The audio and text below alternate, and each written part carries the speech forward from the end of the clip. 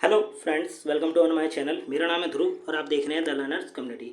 आज की वीडियो में हम बात करने जा रहे हैं सिक्स सेमेस्टर के एजुकेशन सब्जेक्ट के बारे में, जो कि आता है आपका एसईसी कोर्स के अंतर्गत। आपकी बुक का नाम है मीडिया इन एजुकेशन।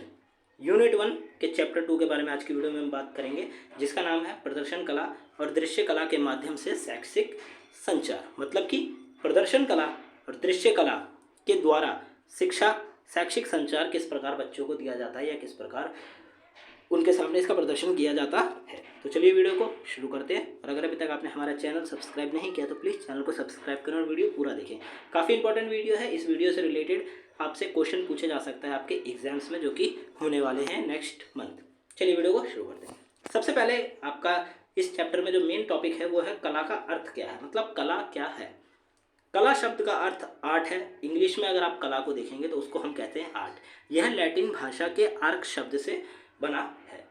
ठीक है, तो कला शब्द किससे बना हुआ है? लैटिन भाषा के आर्ट्स शब्द से बना हुआ है। अभी कला के बारे में कुछ पॉइंट्स देखें। कला एक व्यक्ति या समुदाय द्वारा रचित गतिविधियां और उत्पादों का एक समूह है। कला क्या है?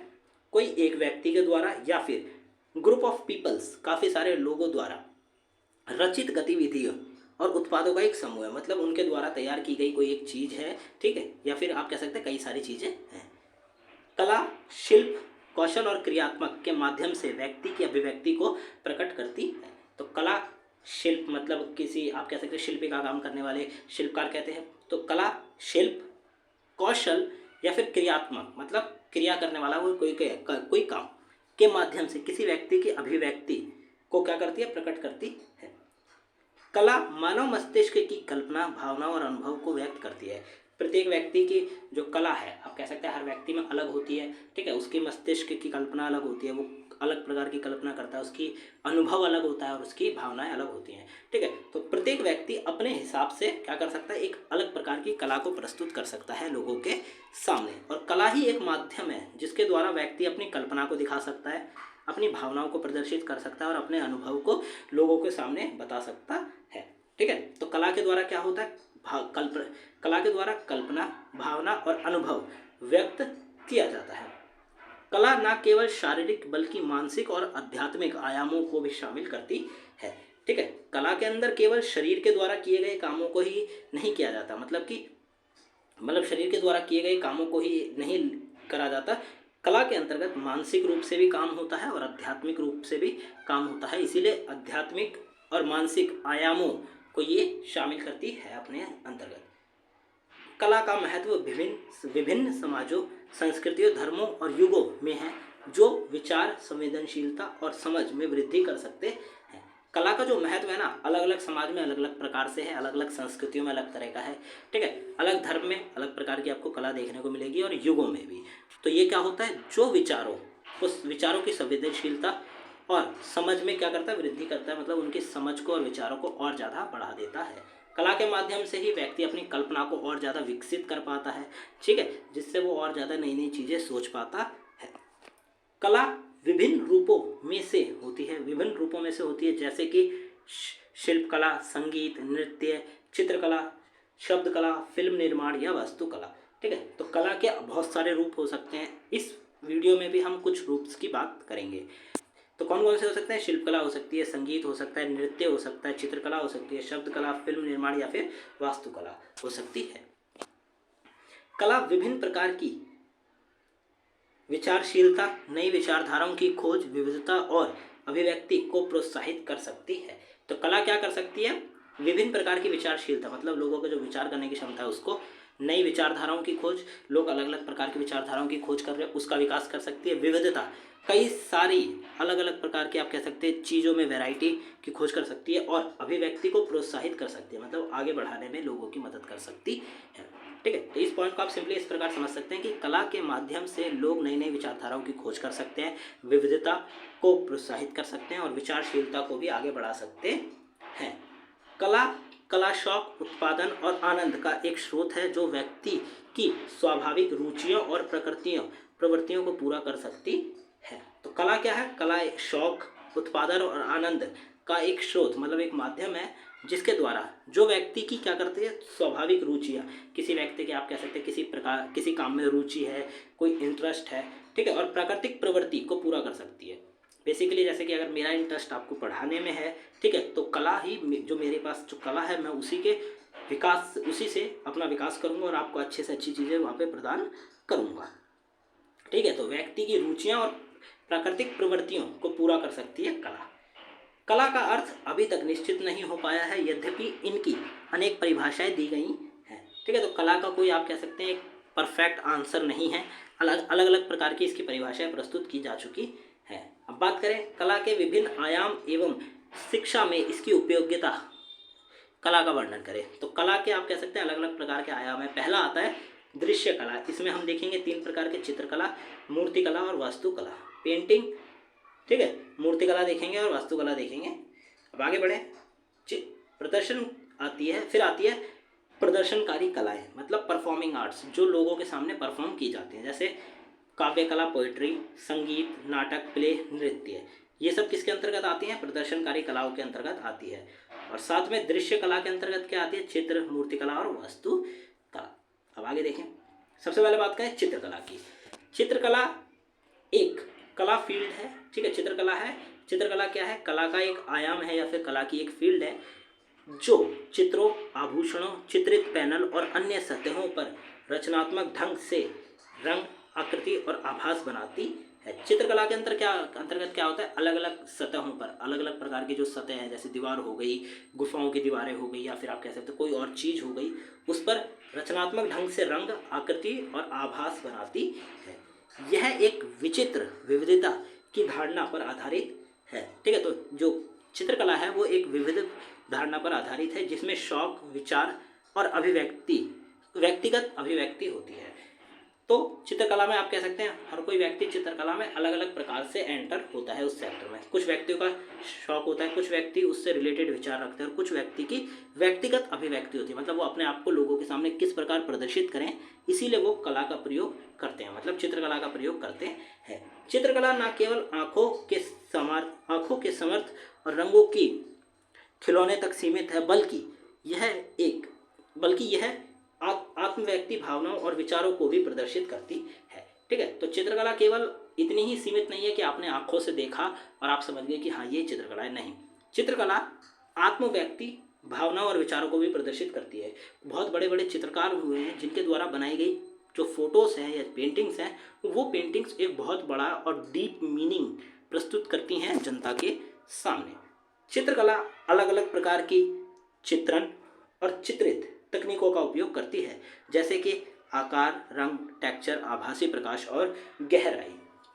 ठीक है, तो चित्रकला में आप कह सकते हैं अलग अलग प्रकार की चीज़ों का प्रयोग किया जाता है। उसमें चित्रित तकनीकें होती हैं, मतलब उसकी कोई टेक्निक होती हैं, जैसे कि आकार किस प्रकार का होगा, रंग किस प्रकार का भरा जाएगा, टेक्सचर किस प्रकार का होगा, आभासी प्रकाश और गहराई किस प्रकार की होगी।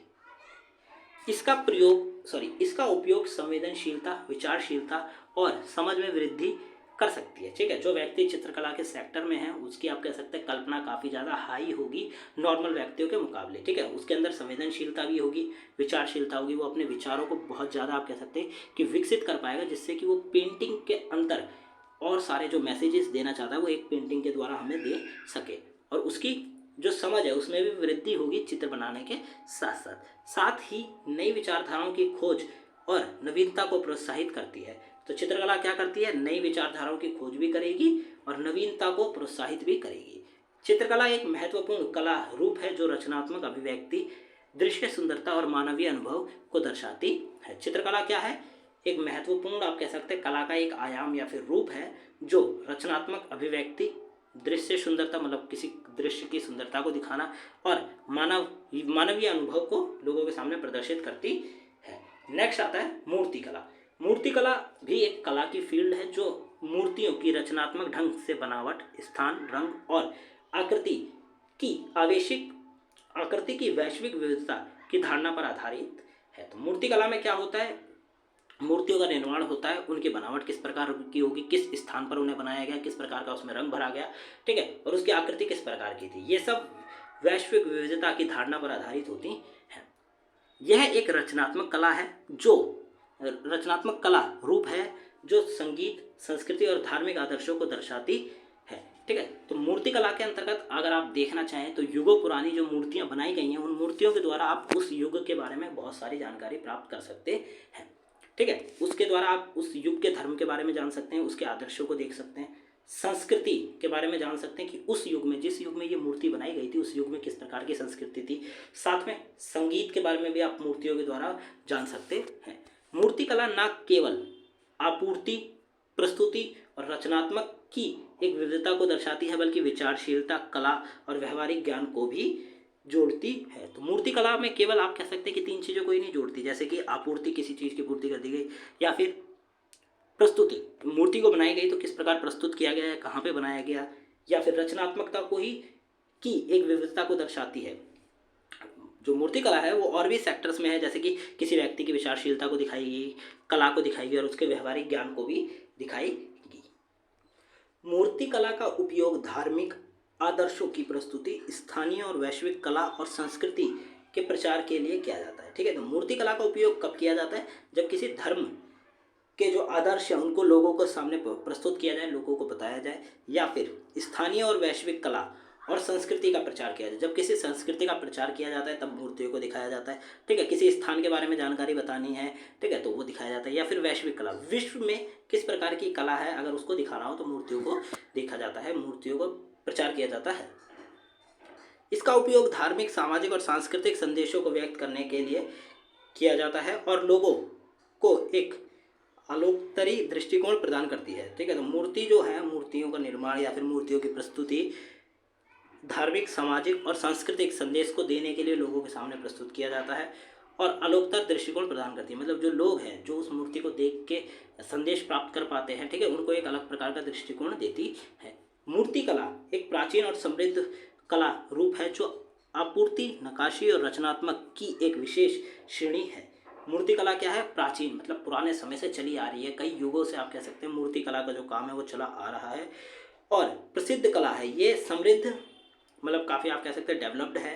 ठीक है, साथ के साथ जो आपूर्ति, नक्काशी और रचनात्मक की एक विशेष श्रेणी में आती है। ठीक है, किसी चीज़ की आपूर्ति करना मूर्ति के द्वारा, उसमें नक्काशी का काम करना, रचनात्मक को दिखाना, ये सब किसके अंदर का आता है? मूर्तिकला के अंदर। और मानवीय संवेदनशीलता और रचनात्मक अभिव्यक्ति को भी प्रोत्साहित करती है। किसी व्यक्ति की जो संवेदनशीलता है उसको प्रोत्साहित करती है, उसकी रचनात्मक अभिव्यक्ति को भी प्रोत्साहित करती है कि वो व्यक्ति अपनी रचना के अकॉर्डिंग कितनी अच्छी चीज़ें प्रस्तुत कर पाता है। फिर आती है वास्तुकला, आर्किटेक्चर। वास्तुकला एक कला फील्ड है जो इमारत और रचनाओं के रचनात्मक और वैज्ञानिक ढंग से डिज़ाइन, निर्माण, विकास की विविधता पर आधारित है। तो वास्तुकला क्या है? वास्तुकला कला की एक फील्ड है जिसके अंतर्गत इमारतों और की रचनाओं की जाती है। इमारतों और रचनाओं के रचनात्मक और वैज्ञानिक ढंग से डिज़ाइन बनाया जाता है। मतलब इमारतों के रचना करी जाती हैं और विज्ञान का प्रयोग करके आर्किटेक्चर, डिज़ाइन तैयार किए जाते हैं, निर्माण किया जाता है और विकास किया जाता है। इसके अंतर्गत विभिन्न वस्तु जैसे कि भवन, मंदिर, महल, गुफा, किला और नगरीय योजना की रचना और डिज़ाइन की जाती है।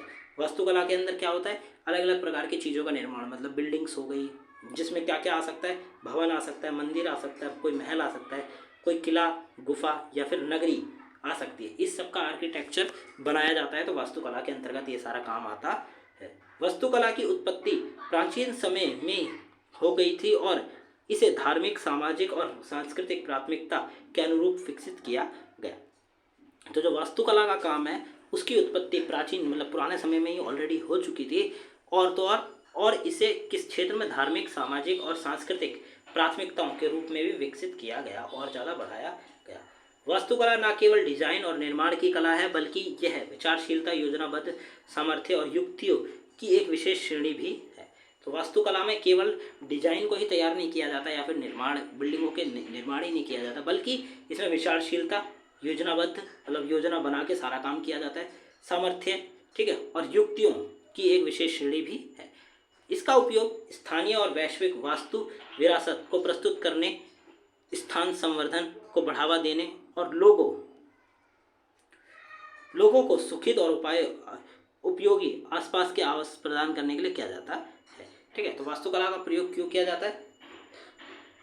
इसका उपयोग स्थानीय और वैश्विक वस्तु विरासत, मतलब ऐसी विरासत है जो कि पुराने टाइम में बनाई गई थी, उसको प्रस्तुत करने के लिए किया जाता है। स्थान संवर्धन को बढ़ावा देने के लिए, मतलब स्थान पे लोग आए और रहें, इसके लिए वास्तुकला का प्रयोग किया जाता है, ताकि और से अच्छी बिल्डिंग्स बनाई जा सके और ज़्यादा से ज़्यादा लोग आके वहाँ पे रहें और लोगों को सुखद और उपयोगी आवास, मतलब वो सुख रहे उस जिस घर में, जिस घर का आर्किटेक्चर बनाया जा रहा है, ठीक है, वो लोग उस घर में सुख रहें और तो और आसपास के उपयोगी प्रदर्शन भी किया जाता है। वास्तुकला लोगों की जीवन गुणवत्ता और वेलफेयर को सुधारने में मदद करती है और एक स्थान विशेष है, ठीक है। तो वास्तुकला क्या होती है, किसी भी व्यक्ति के जीवन की गुणवत्ता को सुधारने में हेल्प करती